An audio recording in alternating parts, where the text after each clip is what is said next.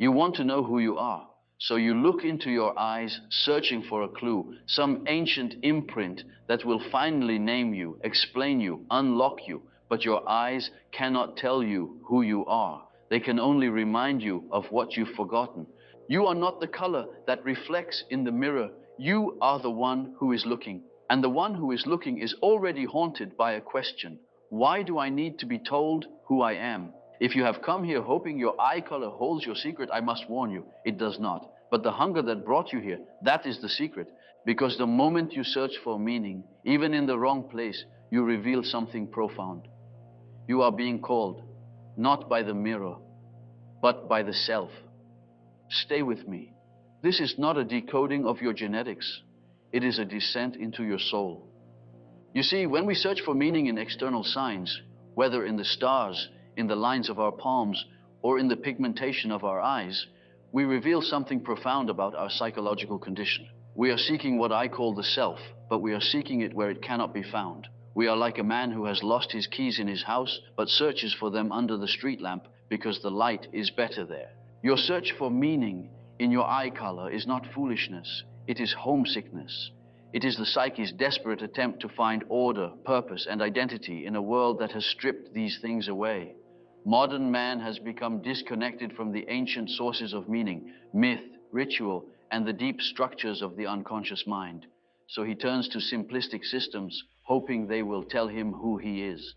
But I must ask you this. What if the very fact that you are searching reveals more about your true nature than any external characteristic ever could? What if your hunger for self-knowledge, even when misdirected, is actually the first stirring of what I call the individuation process, the psychological development toward wholeness?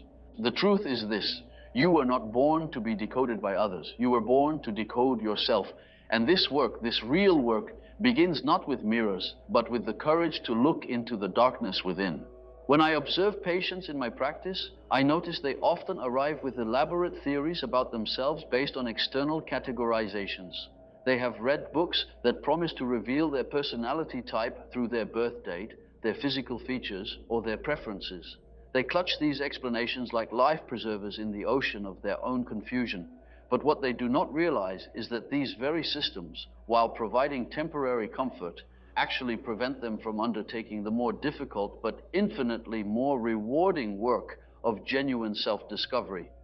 The eye, you see, has always been a symbol of consciousness, of the capacity to see and be seen. But what matters is not the color of the iris, that accident of melanin distribution, but what the eye can learn to perceive when it turns inward.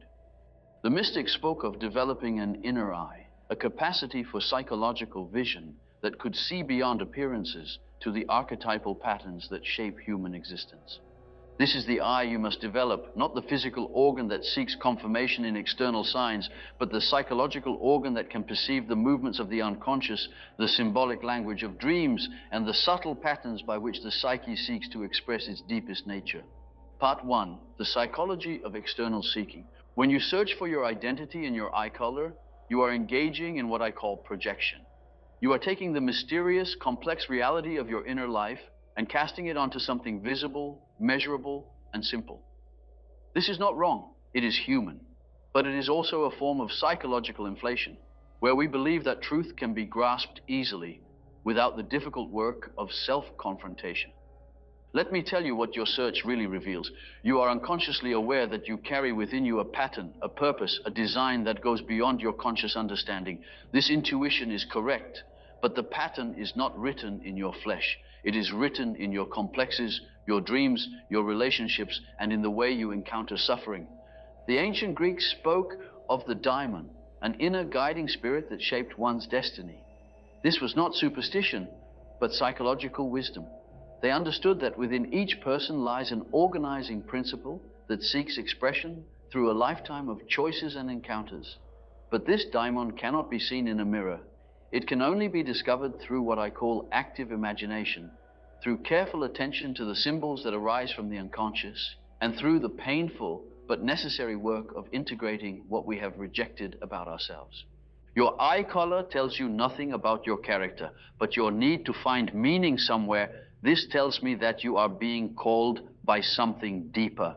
The psyche is trying to communicate with you, but you have not yet learned its language. Instead of looking outward for signs, you must learn to look inward for symbols. The difference is crucial. A sign points to something known and fixed.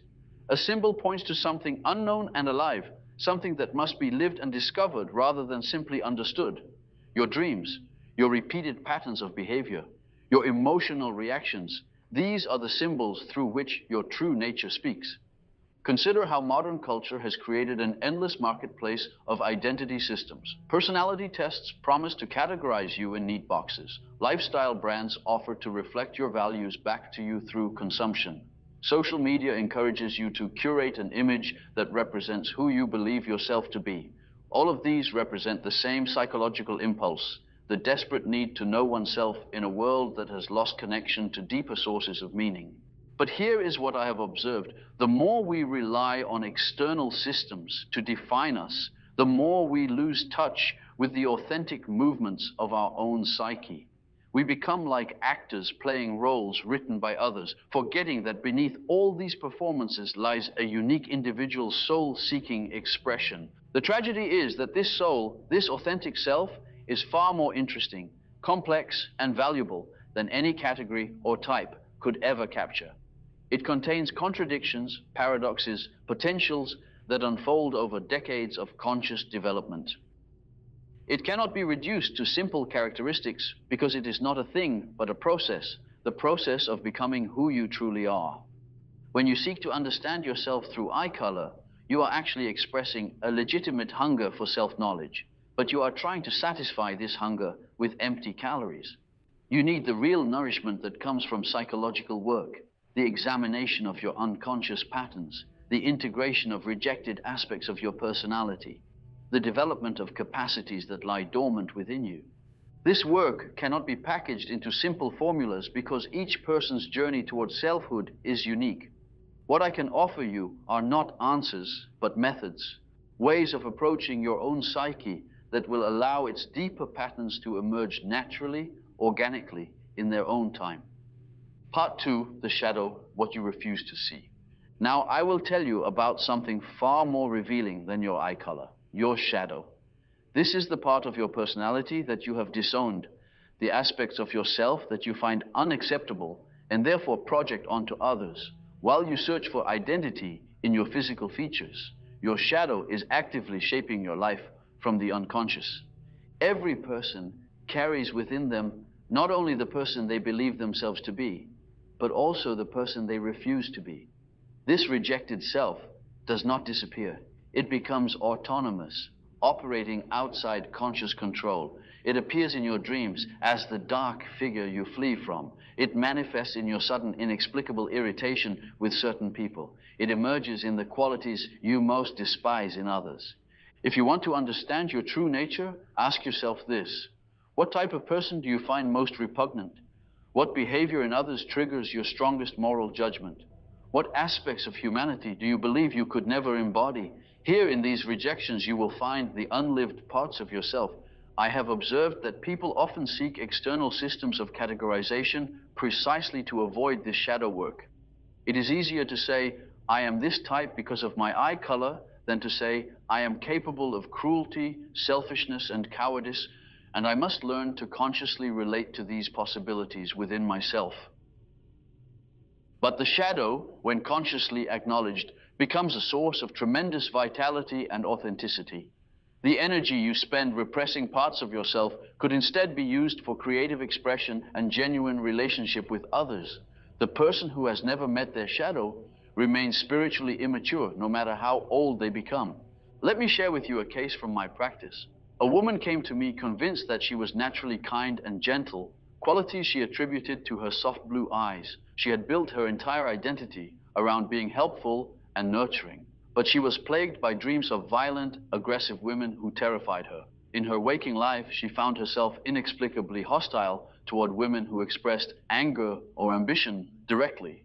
Through our work together, she began to recognize that these dream figures and her hostile reactions represented her own disowned capacity for aggression and self-assertion. She had been raised to believe that anger was unladylike, so she had buried this aspect of herself so deeply that it could only emerge in dreams and projections. As she learned to acknowledge and integrate her shadow, something remarkable happened.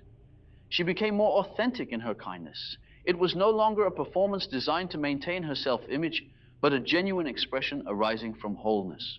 She also became more effective in her work and relationships because she could access her assertive capacities when needed. This is the paradox of shadow work. When we accept the parts of ourselves we have deemed unacceptable, we actually become more capable of genuine goodness. When we deny our capacity for selfishness, our generosity remains shallow and conditional. When we refuse to acknowledge our potential for aggression, we become passive-aggressive, manipulative in ways we cannot see. To begin shadow work, start paying attention to your projections. When you find yourself unusually critical of someone, ask, what part of myself am I seeing in this person that I refuse to acknowledge? When you catch yourself saying, I would never do that, pause and consider, under what circumstances might you indeed do exactly that? Notice the emotions that arise when you encounter certain types of people. Strong emotional reactions, whether positive or negative, often indicate projection.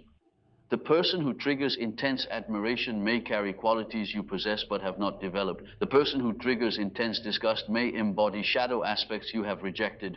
Pay attention to the figures who appear in your dreams, especially those who frighten or repulse you. These dream characters often represent unlived aspects of your personality that are seeking integration. Instead of fleeing from them in the dream, try to dialogue with them to understand what they represent. The goal is not to become your shadow, but to develop a conscious relationship with it. This means acknowledging your capacity for both good and evil, creation and destruction, love and hate. It means accepting yourself as a complete human being rather than maintaining the fiction of one-sided goodness.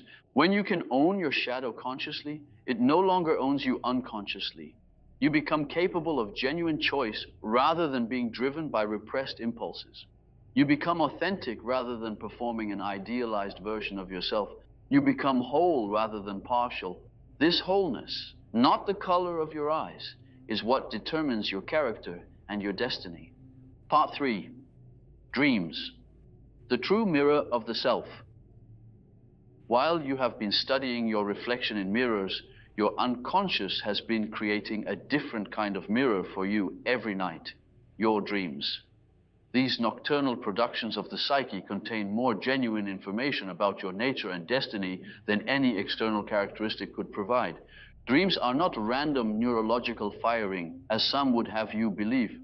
They are purposeful communications from the unconscious, attempting to restore balance to your conscious attitude and guide you towards psychological wholeness. Every dream image, every dream emotion, every dream narrative is precisely crafted by the psyche to address your current life situation from a perspective wider than the ego's limited understanding. If you truly want to understand your psychological type and your life's direction, begin keeping a dream journal. Record your dreams immediately upon waking, before the rational mind dismisses them as nonsense. Pay attention to recurring figures, repeated settings, and persistent emotional themes. These are the real indicators of your psychological constitution.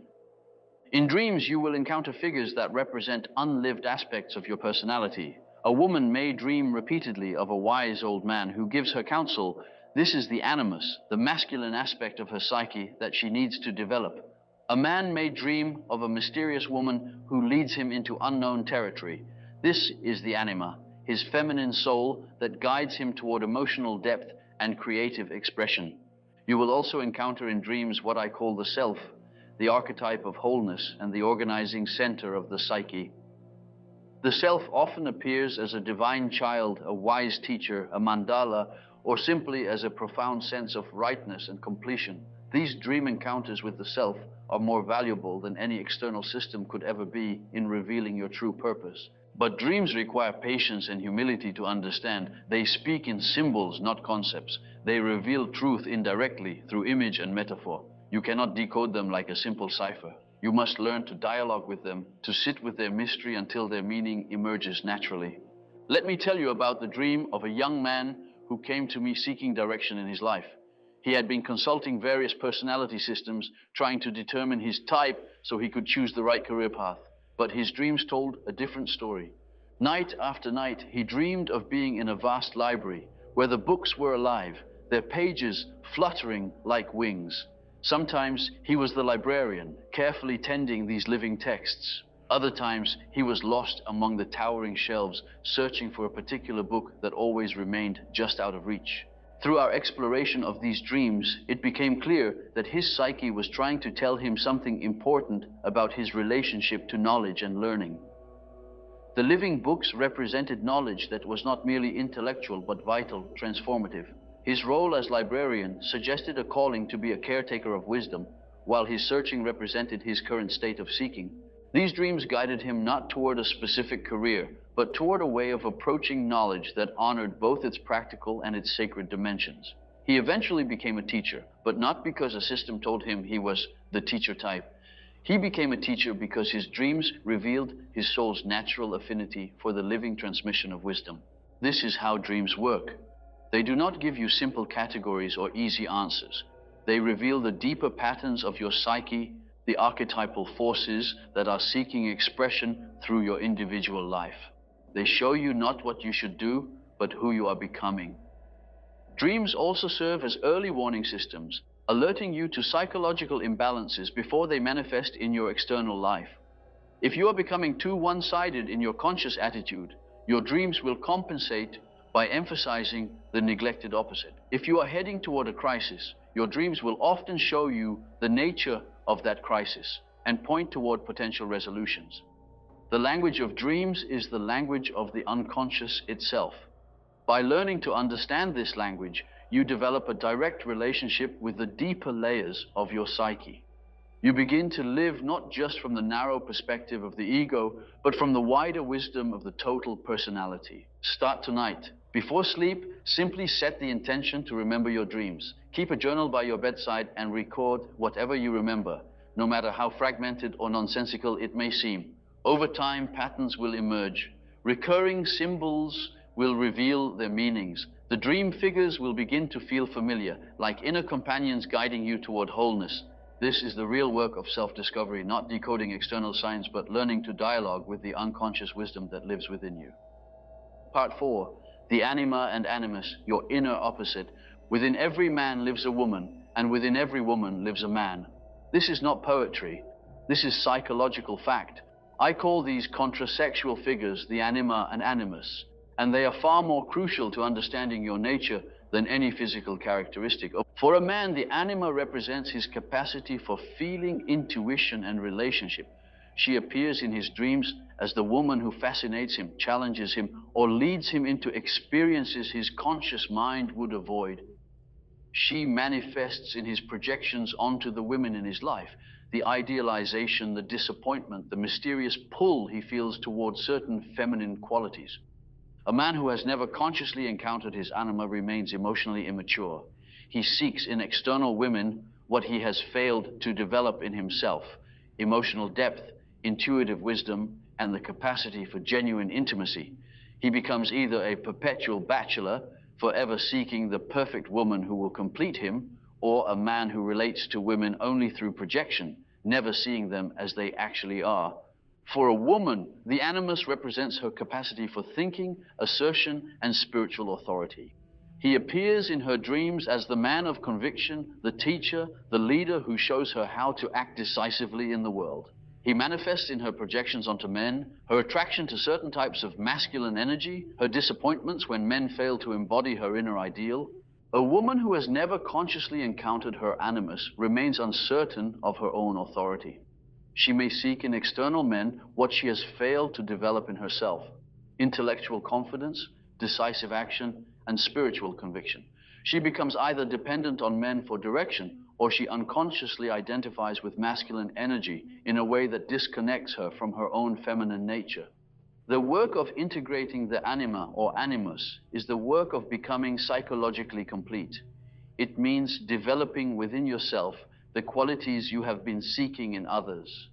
For a man, this means learning to access his own feeling function, his own intuitive wisdom. For a woman, this means learning to trust her own thinking, her own capacity for leadership. This integration cannot happen through concepts alone. It requires relationship, both with actual people of the opposite sex who serve as mirrors for these inner figures, and with the anima or animus as it appears in dreams and active imagination. I recall a businessman who came to me suffering from what he called relationship failures. Every woman he became involved with eventually disappointed him. He would begin by idealizing her, seeing her as the embodiment of all feminine wisdom and beauty. Then, inevitably, she would reveal herself to be human, flawed, moody, sometimes unreasonable.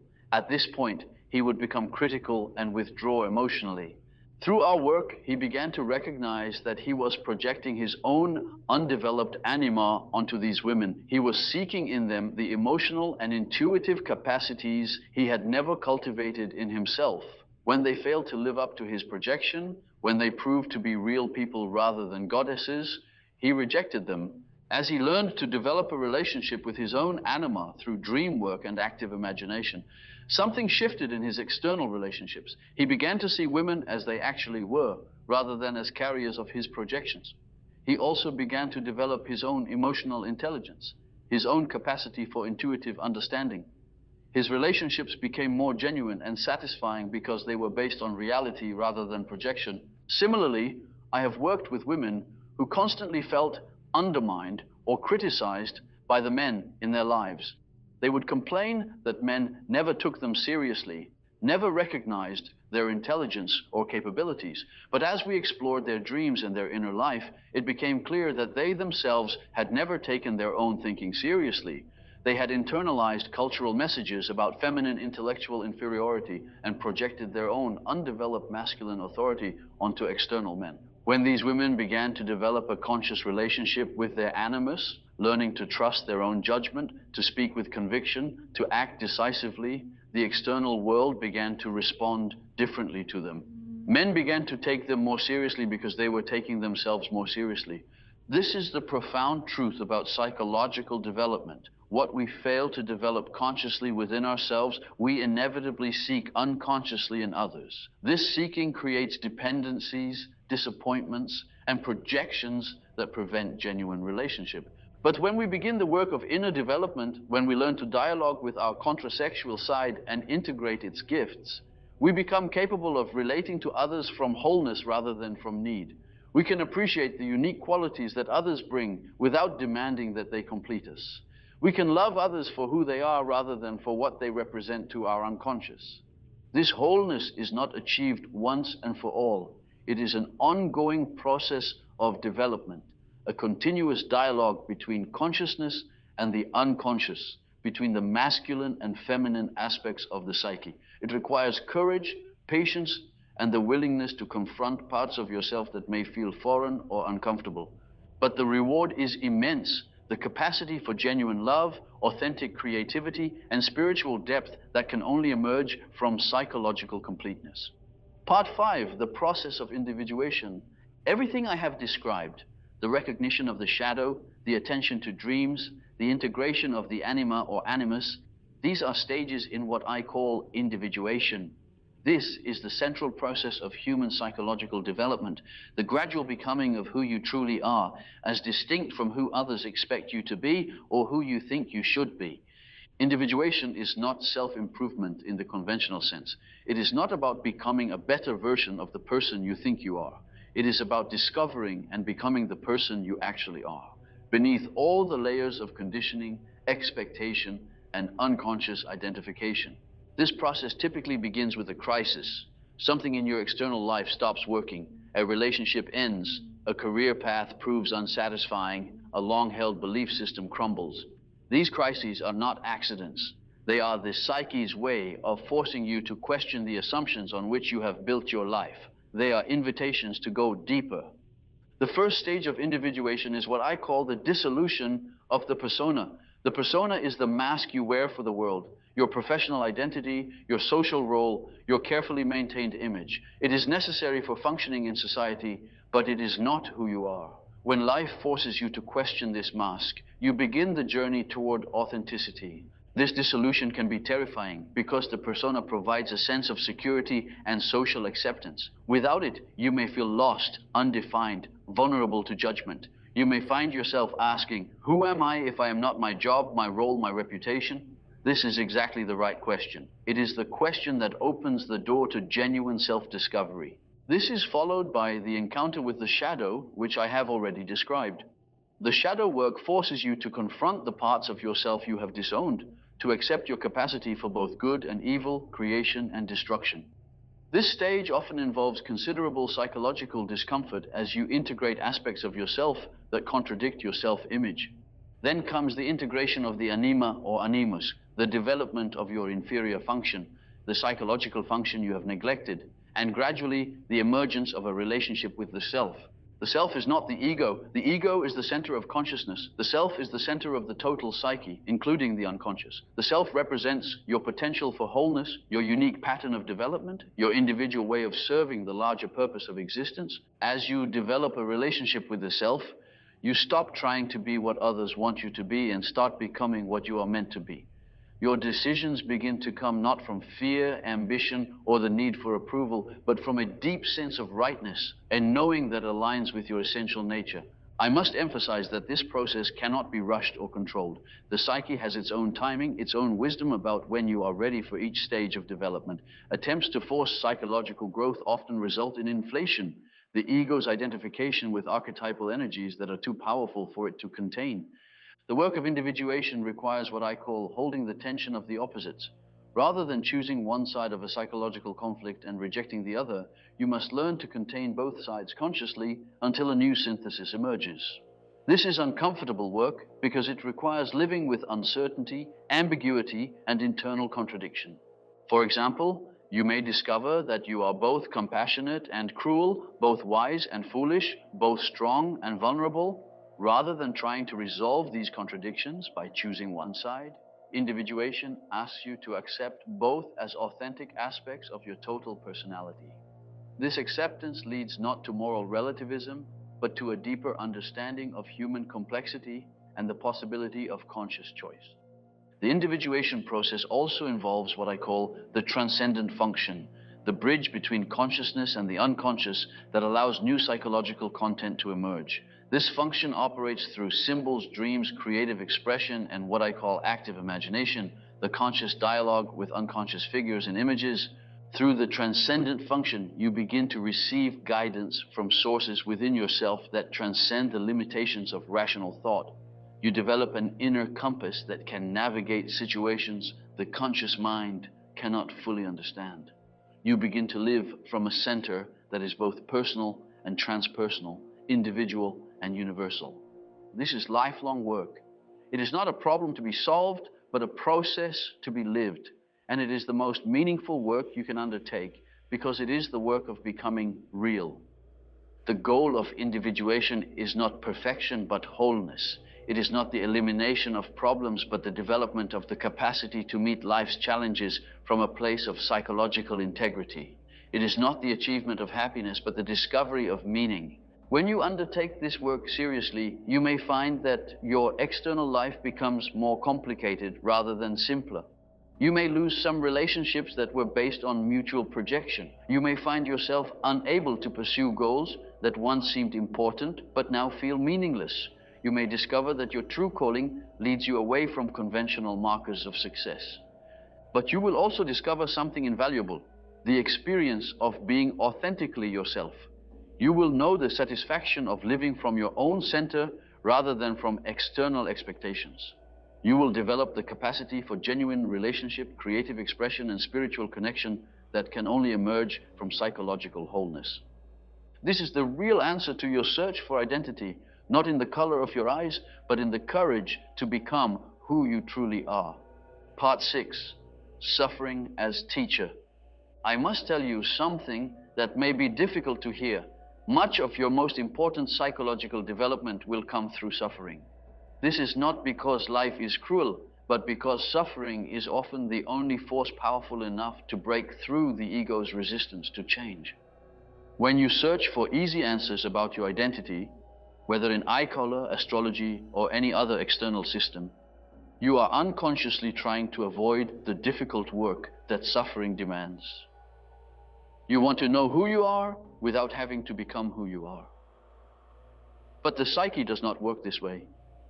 Every significant psychological insight I have gained, both in my own life and in my work with patients, has emerged from the depths of difficulty. Depression, anxiety, relationship failure, career disappointment, loss of faith, these are not merely problems to be solved. They are the raw material of transformation. Suffering forces you to question assumptions you have never examined. It strips away the personas that no longer serve you. It confronts you with parts of yourself you have avoided. It compels you to find resources within yourself you did not know existed. But, and this is crucial, suffering alone does not create growth. It is suffering consciously endured, suffering reflected upon, suffering integrated into your understanding of yourself and life that becomes transformative. Without consciousness, suffering simply creates bitterness, cynicism, and psychological fragmentation. This is why the modern tendency to medicate away all psychological pain is so dangerous. Pain is often the psyche's way of indicating that something needs to change. When we simply eliminate the pain without understanding its message, we remain trapped in patterns that no longer serve our development. The question is not how to avoid suffering, but how to suffer consciously. When difficulty arises in your life, instead of immediately trying to escape it or fix it, ask, what is this experience trying to teach me? What part of my personality is being challenged? What new capacity is trying to emerge? This conscious relationship with suffering is what transforms you from a victim of circumstances into an active participant in your own becoming. It is what allows you to extract meaning from pain and wisdom from loss. You came here seeking to understand yourself through your eye color, but I have shown you the real mirrors of the soul, your shadow projections, your dreams, your encounters with suffering, your capacity for relationship with the opposite sex, and your willingness to become authentic. These mirrors do not give you simple answers. They give you something far more valuable. They give you work to do. They point you toward the lifelong process of becoming conscious, of taking responsibility for your own psychological development, of contributing your unique gifts to the world. The color of your eyes was determined by genetics, but the depth of your vision, the courage of your perception, the willingness to see what others prefer to ignore, these are choices you make every day. These are the qualities that actually determine who you become. I will leave you with this. Stop looking for yourself in things that cannot reflect your complexity. You are not a type to be categorized, but a process to be lived. You are not a problem to be solved, but a mystery to be explored. You are not a fixed entity, but a creative force capable of continuous transformation. Your true identity lies not in what you can see, but in your capacity to see. Not in what you know, but in your willingness to know. Not in what you have been, but in what you are becoming. The real work begins now. Begin paying attention to your dreams. Begin noticing your projections. Begin having the conversations you have been avoiding. Begin expressing the creativity you have been suppressing. Begin the journey towards psychological wholeness. This is the path that leads not to easy answers, but to authentic living. And authentic living, despite its difficulties, is the only life worth living.